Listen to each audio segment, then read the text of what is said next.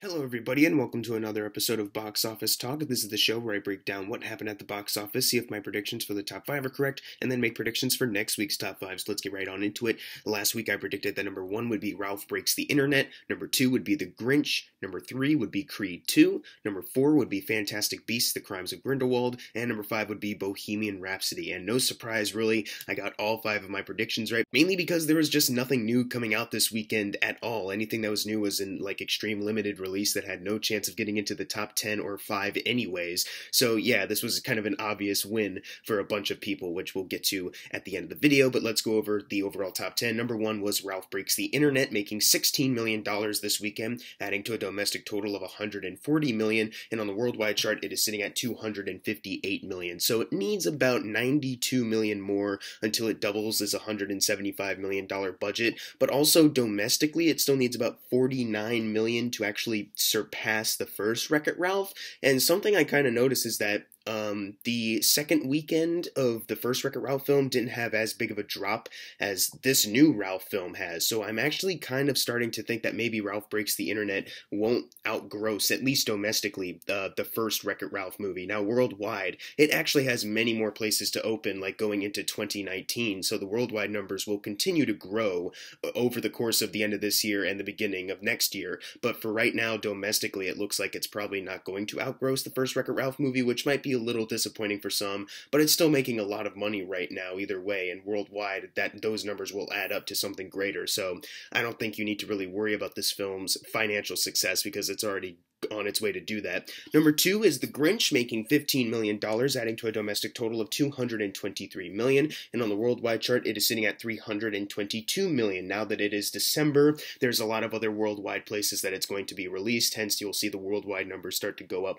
a lot more, and also it recently outgrossed domestically the Lorax. Worldwide, it still needs to make a couple more millions in order to do that, but so far domestically, it did outgross Lorax as far as the Illumination animated films go. It still has quite a few Illumination films to outgross, but for right now, it's doing pretty good on its own. Number 3, we have Creed 2, making $10 million, adding to a domestic total of $96 million, $4 million away from getting to $100 million domestically, which is great for that to do, and worldwide, it is sitting at $119 million. And that's fantastic for this movie. Now, domestically, it needs about 13, maybe 23, I think it was 13 though, million more until it outgrosses the first Creed, and I'm thinking it actually will have a chance to do that. The separation between them isn't that big, and I think next weekend or the week after it'll outgross the first Creed movie for sure. Very well deserving too, since the movie was really good and a lot of people are responding to it very well. Number 4, we have Fantastic Beasts: The Crimes of Grindelwald, still not being able to outgross any other Harry Potter or Fantastic Beasts movie domestically or worldwide,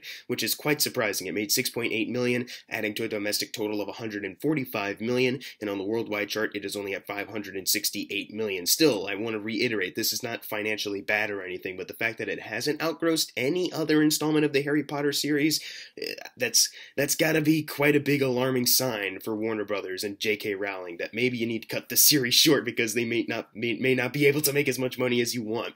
Number 5, we have Bohemian Rhapsody, making exactly $6 million, adding to a domestic total of $175, and on the worldwide chart, it is sitting at $596 million, so $4 million away from getting to $600 million worldwide, which is great for it. It recently got a couple Golden Globe nominations because a lot of people are seeing this movie and really liking it for whatever reasons that I still can't really fully understand, but whatever. I've talked about that ad nauseum at this point. Number 6, we have Instant Family, making $5 million, adding to a domestic total of $54 million, and on the worldwide chart, it is sitting at $60. It still needs about $36 million more until it doubles its $48 million budget. I don't think it will be able to do that, though, even though domestically it surpassed its initial production budget of $48 million, but that being said, it took a long while for it to do that anyways, and it's starting to wane a lot more, and next weekend they'll start to release more movies that'll impact the top 10, for sure, so I don't think this movie's going to stick around that much anyways. Number 7, we have Green Book, which actually went up from number 10 last weekend to number 7, which is very good, making $3.9 million, adding to a domestic total of $19 million. As I've always talked about, it still has a long ways to go until it doubles its $23 million budget, budget, but considering the awards chatter it's getting now, like at Golden Globes, which will surely leak over into the Oscars, I think you'll be hearing a lot more about this film and how it's doing well financially. At least I hope so, because I really liked it. Number 8, we have Robin Hood making $3.5 million, adding to a domestic total of only $27 million, and on the worldwide chart it is sitting at $65 million. So far, if you double the budget, so 100 times 200 million, minus that by 65 million, it has lost about $135 million.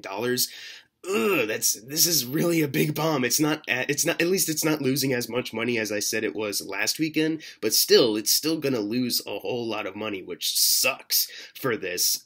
But of course, as I've said, a lot of people have said the movie sucks itself, so it's really not that surprising. Number 9, we have The Possession of Hannah Grace, making $3.17 million, adding to a domestic total of $11 million, and on the worldwide chart, it is sitting at $23 million, so it was able to double its $9.5 million budget, as I kind of predicted last weekend, and the fact that it made $4 million over shows that there was actually quite a few people that heard about Hannah Grace, considering there was no other releases coming out, so they were like, oh, okay, well, what's out? Oh, Hannah Grace, let's go see that. That's basically most conversations that happened this weekend, probably. And finally, closing out the top 10, Widows, making only $3.10 million, adding to a domestic total of $38 million, and on the worldwide chart, it is only at $65 million.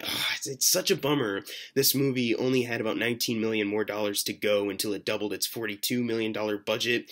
It's looking like it's not going to be able to do that, though, and it's about to leave the top 10 entirely. That sucks. Maybe there's another place that needs to be released worldwide. At least that's wishful thinking for me. But hey, at least I really liked it. I'm sure a lot of people who've seen it really enjoyed the movie, so at least there's that. It's just kind of a big bummer that this movie didn't get the financial recognition it kind of deserved.